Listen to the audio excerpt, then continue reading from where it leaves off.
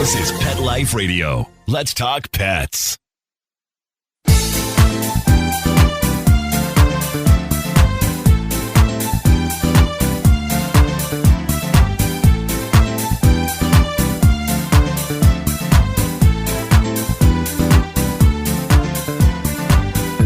Hey, my cat-loving friends. We finally got Stacy LeBaron on our podcast. We have been trying to get her forever. She has over 300 podcasts currently airing. 500. On 500. Did I say 500 podcasts currently airing on the Community Cats podcast. And she has dedicated a theme for 2024 that we are in love with. See it, solve it. So right after a word from our sponsor, we'll be back to find out more. Take a bite out of your competition. Advertise your business with an ad in Pet Life Radio podcasts and radio shows. There is no other pet-related media that is as large and reaches more pet parents and pet lovers than Pet Life Radio.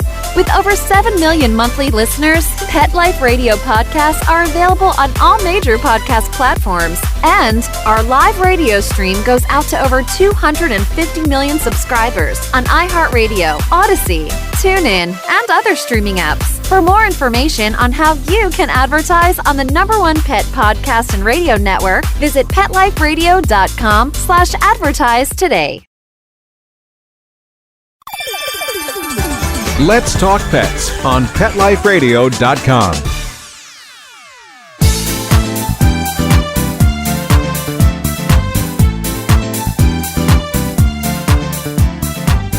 Welcome back to 19 Cats and Counting. I'm your co-host, Linda Hall, here with the ever-gorgeous, the ever-lovely, my BFF, Rita Reimers. I love the way you say my name because it's normally so plain. Rita Reimers. Rita Reimers. I told you, I'm into trilling those R's. It was my favorite thing about ninth grade Spanish. But I don't want to talk to you. I want to talk to Stacy. She's so mean. That's just my best friend, Stacy. What does that say about your other friends? I'm so glad we finally got you. You're a busy lady. I try not to be so busy, but I guess I am. Well, when it comes to cats, you know, they take all our focus and attention when you work with cats in any way, shape, or form.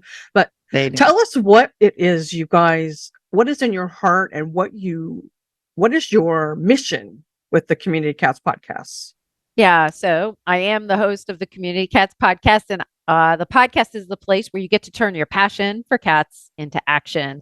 That is what we are all about. So, you know, many of our communities have, to be frank, too many cats that are outdoors, running around, may have caretakers, may not, may have feeders, may not, lots of kittens. And we want to be able to elevate the status of cats and empower people in the communities to make a difference in the lives of those cats, whether it's through an individual just doing TNR on 2, 3, 4 cats in their backyard, or an organization that creates a TNR program for their whole community, or building up even to something bigger like a spay-neuter clinic or a mobile spay-neuter clinic, you know, really organically growing to be able to support the community holistically and ensure that really all of our cats in our communities have access to the care and the support that they need, the cats and their families that they need to be able to have a wonderful, happy life. That's perfect. That's what we all want, isn't it, Linda? Yes. So Community Cats envelops ferals, strays. They're just the cats out in our community. I like that. That sounds better because people often have such a negative reaction when they hear one or both of those words. And it's different being a feral and a stray, but they're both homeless and outside, right? And we need to help them. So I'm going to take it even to another level. So when I say community cats, I say 4 paws on the ground outside.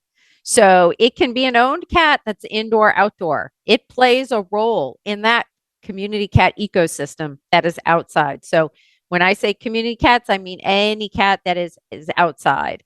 Good point. I also want to support the indoor cats because I have a story about Adam and Eve. And Adam's not neutered and lives inside. Eve is not spayed and she lives inside, and the families can't afford to get those cats spayed or neutered. Yikes. They are near community cats, right? They could easily become community cats. So you could almost talk me into saying community cats are pretty much any cat really that's out there. I took in a stray many years ago, over 20 years ago, probably 30 now. Oh, boo-boo, right?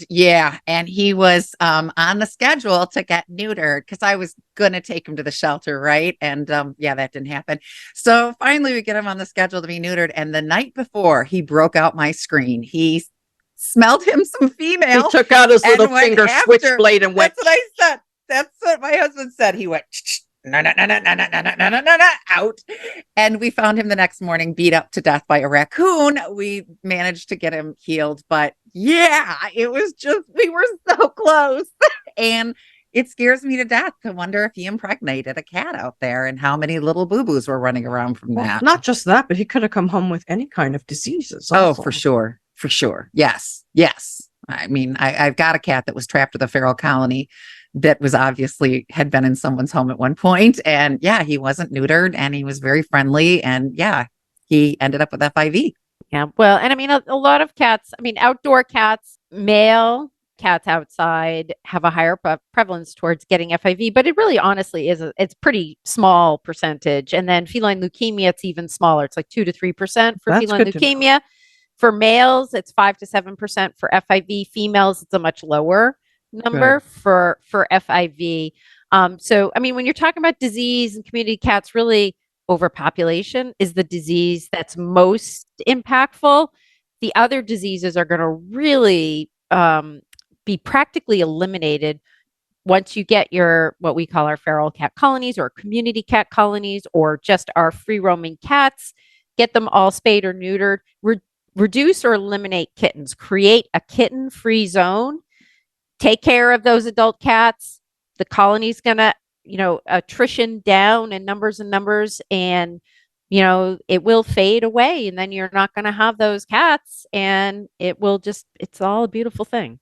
Yeah. Linda, what is it you always say about the TNR? People that don't understand it or don't believe in it. I mean, people who don't like cats should also be. Oh, I was just about to say that. You took that right out of my head. You freak me out when you do that. If you love cats, you should care about TNR, because these cats are out there suffering. They're getting, fleas alone, they're going to get fleas, and they'll end up anemic. They can have all kinds of health problems. They can die from fleas. If you love cats, you should care about this.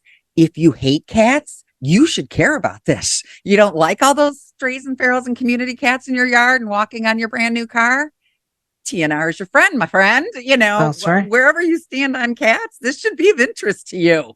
Right. Trap, neuter, and return is the most effective way to reduce cat overpopulation. And I think it's unfortunate that many people believe that it's not proven to be successful. I worked with an organization in Massachusetts, and we had 300 cats with 14 different feeding stations. We started feeding them in 1992. So that's going to share with you a little bit about my age. And then by 2008, we had volunteers feeding those cats twice a day. We trapped them, we TNR'd them. We got to 100% sterilization. I'm going to repeat that. It's important to get to 100% sterilization of those cats. 2008, last cat from the group of colonies passed away. Last feeding station was closed in like 2010. And now, Newburyport does not have the population, the cat issues that it had when it started out in 1990. A whole litter of kittens tested positive for rabies. A group of cats were trapped, removed, and euthanized living out of a dumpster, 35 cats. By 1992, another 35 cats were there. So trap and remove and euthanize does not work. TNR, and it's community-based. You can't trap, neuter, return, walk away. It's community-based, community involved. There's due diligence. It's, the love continues all the time. So it's not like you can say, I'm going to hire someone to take care of this problem, one and done. You've just got to always be there. And now that we have supportive access to care for owned cats in the community, that's why we don't have, feral cats or community cats roaming around in our towns, because people have access to the care that they need for their cats. Their families are happy, their cats are happy, and we're doing what we need to do to keep them in homes. And that's what we need. Trying to get in, you mentioned when we were talking earlier, there's a huge vet shortage out there. And I was sharing that I had I had an escapee. And so I set out a trap and I caught a feral kitten who was like the Tasmanian devil. And I called the 2 facilities in my town and nobody could take them. And I had to release him again. I mean, I did not have. He was too mean. There was no way to tame him. Yeah, I did not have the space or ability to take in. He was completely feral. He was completely petrified. He'd have lost his mind. I needed some place to take him, got him or her. I don't know. I didn't look. Take him or her and get them sterilized so that I could re-release. And there wasn't. But you have taken a couple cats in, so have I, that were outside, potential baby makers. But what has happened in your community since is the little town of Defiance you live in now has a TNR program. And I don't even know if Lancaster here has it. I don't think we have a TNR program. We're so small. I was just interviewing a woman from Idaho, Garden City, Idaho, yesterday for the podcast, Donna Brown, and it's Garden City Community Cat Project. Boy, and they're doing a phenomenal job. So they have spayed and neutered over 1,000 cats. It's it's a small community, but she works with the mobile home parks, the trailer parks, and those are magnets but she's very people to people oriented. She's like the support that we provide is to the people in the trailer park. They're the ones doing the trapping. They're doing the feeding. They're doing the monitoring. And she's helping to provide the support. But she's like, I'm very people oriented. A lot of folks in the cat world say, oh, I'm here because I don't like people. I just want to, You've got to be both. You've got to be both. And she's like, no, my job is all about the people. It's all about the families, and they're crying and they're caring for the cats, and they're getting, the help that they need. She said she went into one, trailer, and there were, dead kittens under the trailer. Aww. And she goes, they were crying with the fact that she's able to get these cats spayed or neutered. They're not going to see that ever again, and there are these aha moments we all have. You have an aha moment, where it's like you see something and you're like, not having that. I'm not going to do that again. That's just not right. It's just not going to happen. And that's where that see it, solve it theme is all about. Is like, sure. You see something and you're like, yeah, we're going to fix this. We have to create solutions, whether it's a small solution just for my backyard, or it's a solution for the whole community, or, hey, whole metropolitan area, go for it. But let's motivate and move forward. TNR needs to be normalized. Trap, neuter, return, normalized every day. Private practice veterinarians, spay, neuter clinics, everybody should be providing trap, neuter, return services. I'm involved with a clinic in Woodstock, Georgia, that has a community cat TNR room in the back where folks can bring the cats and the traps at night. And then they're held there, spayed and neutered, and they pick them up at the end of the day. There's a code, so they don't even have to be there when the clinic is open to do the drop off and the pickup. It's a private practice clinic, and I'm thrilled I'm involved in it, part of the management team. And it's just, I'm so excited about this model of having private practice veterinarians, feline only practices, really embrace all the components that our cats need.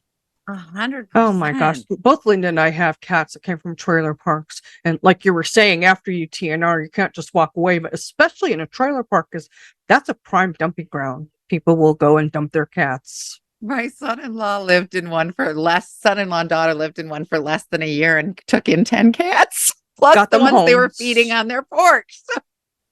Right. Well, there's a lot of population turnover also. And the other thing with the veterinary shortage that makes things very challenging is we're oftentimes limited to a certain number of appointments. So you talk about feeding 10 cats in your backyard, and a veterinarian is saying, well, you can get 2 appointments and then call us 4 months later and we'll get 2 more appointments. That's just not going to move the needle. So we need to think about targeted efforts where we're really handling the whole colony. And that's, again, getting to that 100% sterilization. Sure. That is so important. And there's a lot of campaigns out there. I'm on the board of the United Spay Alliance, really trying to work with creating We love them too. systems and efficiencies for spay, neuter, Feline Fix by 5. It's much easier to spay neuter a little kitten than it is, a cat that's had a litter of kittens and that's older. So let's save time and be efficient so that we can do a higher volume. Definitely. They fix some of those kittens so young these days. How safe is that? Very safe, actually. I mean, yeah, 2 pounds. 8 weeks, 2 pounds is about the smallest. The minimal. Mm-hmm. Yeah. So the MSPCA in 1989 actually did a pretty significant study around this issue with regards to early age spay neuter for cats. We're going to just talk about cats here. And actually, so when the Merrimack River Feline Rescue Society got started in 1992. That was one of our bedrock. We had 2 veterinarians just starting their practices, and they both really wanted to know how to do early age spay neuter. So they did that everybody was neuter before adoption, and they were doing them at 8 weeks or 2 pounds. And it's very safe. I mean, if you've ever seen kittens get spayed or neutered, they'll have the surgery and they're probably beating each other up in the cage when they're within a couple of hours. It's so easy. The incision, it's a little glue. It's not even stitches. There's no e-collar. There's nothing involved with that. So, it's just so much easier than a mom cat who's been in and out of heat and has had a litter of kittens and all that kind of stuff. And, and then you get to a 5-year or older cat. And then, I hate to be so blunt, but the uterus is almost fibrous. So you run the risk of not getting the full uterus removed. We've seen that happen. You see, this is good to know because I thought, the little ones, I thought it was more dangerous when they're 2 months old. The law here in Carolina is you can't adopt out a kitten that's not spayed or neutered, and everybody wants those tiny babies, so they're doing spay and neuter at about 8 weeks. So it's good to know that's safer than I thought. Yeah, I just wondered how, especially with the girl, not so much with the boys, but with the girls, how teeny tiny those little female parts are. I mean, I had a hysterectomy. I know what's involved. Yeah, and I'm thinking, how do they spot those things? They're so small. So actually, I would probably say the girls are maybe easier too, because sometimes the boys' testicles haven't descended yet. Right. And so you sometimes have to wait for them to be a little bit older because, if you do wait and they don't descend, then they have to go traveling around and look for them. But that's they'll wait until the boy's a little older to see what will happen, Yeah, my vet likes to wait. I have a male kitten that's, I guess he's going on 5 months now. So this is about the time he wants me to bring him in. I brought him in for a 3-month check, and he's like, since you don't have any females and he's indoor, can you just wait a little bit? So he really wanted me to wait. I'm trying to honor Fix by 5, though. I want to get him in there. I appreciate that very much. And the last thing you want is him to start spraying around the outside of your house. I mean, the inside of your house. Did you overhear our conversation? Yeah. And he's a little devil, too. I wouldn't put it past him. We just had this conversation. She's like, got to get this done before he starts spraying. So we know that struggle. I know. Let's take a quick break here for a little word from our sponsor, and we'll be right back to talk more with Stacy LeBaron about TNR and all the wonderful things that Community Cats podcast is doing. We'll be right back. And we're back with 19 Cats and Counting. I caught you taking that drink, Linda Hall. We're talking with Stacy about all the wonderful things Community Cats podcast is doing. Tell us about some of the programs that you offer. I know Linda and I took a class from Community Cats podcast to become surrender prevention specialists. Right. So I'm going to take a deep breath. Put on your listening ears, folks. So we do 29 online events every year now. And so they run from a TNR certification workshop, which is the first Saturday of every month.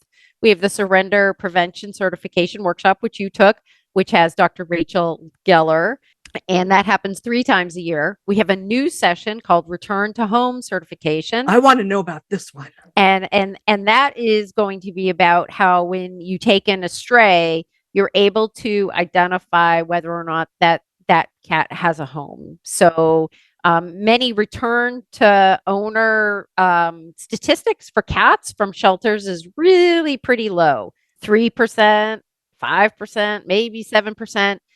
Corinne Burgoyne from the Massachusetts Society of Prevention to Cruelty for Animals has a program, and they have a 30 to 35% return rate to owners. Is that due to chipping or lack thereof? So there's microchipping, there's social media. She has these like 3 different levels of research that you go through in order to be able to find the home for the cat.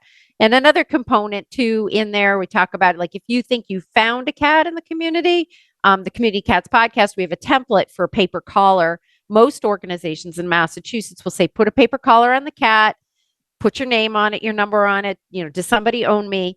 And before you can let that cat come into the shelter, we do that level of due diligence to make sure that that cat does not have another caretaker or have an owner to be identified, to be able to make sure, because we don't want to be accused of stealing anybody's cat. Of course not. We don't want to do that. So that's really a recommended template that we have. We have our online kitten conference.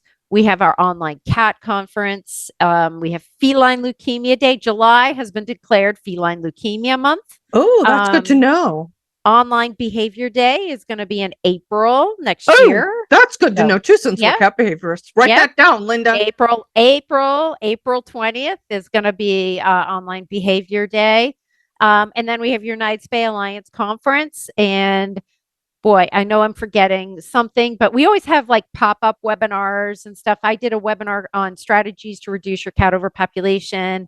I love talking about the cat pyramid and trying to think strategically in your community about how to reduce, your cat numbers. Blows people's minds. And we do have that. If you really want to be about the pyramid, you can buy it in our swag shop. We have t-shirts with the Community Cat Pyramid, and I have my Stay Feral shirt. I was going to say, here. show us your shirt. Show us your shirt. Okay. I know. I just ordered a mug. Can't hear it, but yes. So I'm going to stand look up. At this. Look Yes. at this. When you're watching Feral. the video version, you'll see that is I am cool. so getting one of these. Which y'all, Christmas is coming, and cat ladies, we love our cat stuff, right? We can be difficult to buy for. But where do people get this awesome stuff? What's the website? So it's communitycatspodcast.com, and we have our store is on the website right there. We're loaded with lots of information, lots of stuff. Also, if folks are interested in being part of all 29 events and don't want to deal with like the registration, dealing with it every time, we have what's called a Community Cats Pass. I saw that. That's so cool. Yeah. So it's basically, you can buy the pass, and then you're just, if I add something, you're included no matter what. You're guaranteed access to anything and everything that we put on during the course of the year. Oh, and we do have our Community Cats Grants program, which we just finished I saw that too. 200th group. And so we've worked with over 200 organizations. Yay. And I'm really proud of that program. It's been incredible. Bree, who works with us here at the podcast, has done an incredible job with the Community Cat Grant program. And another thing, to empower organizations to be able to make change in their communities. And that's through a matching grant program. And so we're really just excited and thrilled about that. So if your city like mine, I don't think we've got a TNR program. I've got to check a little more deeply. If you're interested in starting one, this is where you go. Yep. I'd be happy to help anybody get a TNR or spay neuter initiative going. I'm a great problem solver. I love solving problems, and other people say I'm pretty much of an optimist all the time. So that's good. You've got to be in this business, because it can run you over. Well, business. It's not really a business, but it can run you over with the compassion fatigue and everything. No, I know Linda and our organization, Cat Behavior Alliance, and the Carolina Cat Sanctuary, we would definitely be interested in the spay and neuter program. It's one of the things we want to add as we collect more donations, is we want to help people who can't afford spay and neuter to get that done. That's so important. Even if cats don't go outside. Yeah. On our form to fill out when you want a behavior, it's, name of the cat, gender, age, and spayed or neutered. And so we always try to be non-judgmental in case there's something like Rita had a cat that had CFE heart problem and could not ventral septal defect. I was so close. My book is all about Sadie. Yes. And so she couldn't be spayed. So we don't want to just be like, why isn't that cat spayed? But we're like, so is there a reason the cat's not spayed? And we've heard, I just can't afford it. A few times we've done behavior sessions and people are like, well, it's $400 in my area. which is crazy. So that's another issue too, is pricing. In different areas of the country, I can get a spay neuter done here between $59 and $79. You go to LA, it's going to be $300-400, and I don't see why. It was $250 to spay the stray that popped up in my backyard. That's crazy. That's what it cost us to take care of. So yeah, she showed up in the backyard and she was a black cat. So I was like, "Come on in." What the heck? See, it'll be way under $100 for me to get jet neutered. Why is that, Stacy? There's probably no answer. Oh, there it is. Why is there such a price disparity? Why in some areas that people legitimately can't afford it because it's so expensive? Yeah, well, I mean, so the salaries for veterinarians has gone up substantially over the last several years because of the shortage, as well as the technicians. And I mean, I think that our technicians and our vet assistants have been underpaid in general. So they want to elevate the status. With the fact of a lot of the mom and pop veterinary practices selling to corporate, then there's a private equity need for profits on the backside of the P&L, profit and loss, that are involved there. So regardless of where they're located, they've got certain pricing. Say they own 10 clinics, they want to have some consistency. So, and there's a certain cut that they want to make sure that they take for their, profits for their investors, et cetera, et cetera. So, it's one of those things where I truly think that the model has to change, because we have there's the very expensive, and like in a cat only model, most of our cat only clinics are like feline boutiques, right? So we only have one here in the Charlotte area. They're in that like higher level. They're very expensive. And then you've got your high volume, high quality spay neuter clinics, and they get grant money and they run their programs, in a certain way. And I think that there's like the mid-level, sort of like the middle income spay neuter for cats, right? You need like that mid-level range covered. And then there's what's called incremental care.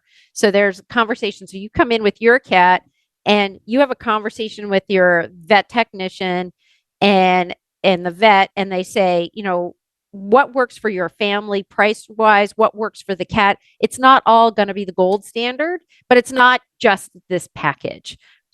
So if your cat needs a dental, this clinic could provide a dental. So it's talking about incremental care, working with the family, working with the cat, obviously. And it's just a partnership rather than this like, oh, we only offer this and you have to do this and it's $5,000 and you have to go credit care and whatever. And versus, or you have the choice of it's, $60 over here and it has nothing to do with a dental or anything, right? And so there's this mid-level, which we just are missing out totally. And this is where the most cat owners are happening. Cat ownership is growing, and this is the market that we need to serve. And so, this project that I'm involved with in Woodstock, Georgia, that's what I'm working on, trying to provide that level of service. That is amazing. I bragged about Defiance having a TNR, but there's a negative in Defiance, and I'm wondering if other communities are doing this.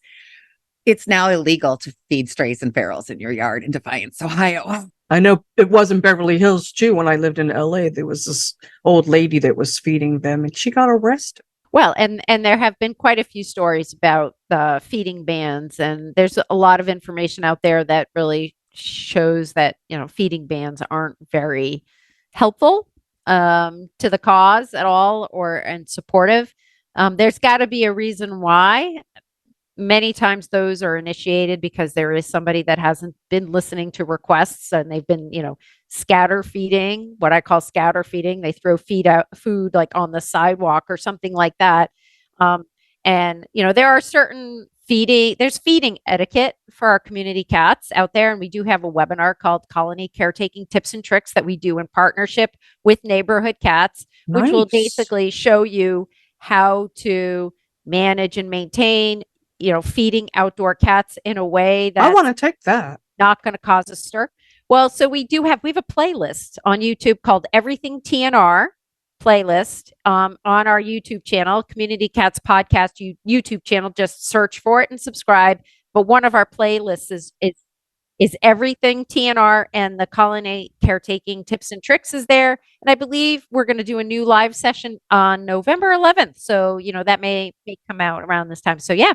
That's amazing. I understand the problem. My daughter was living in a house. It was like basically a duplex, and the lady behind her was feeding the cats.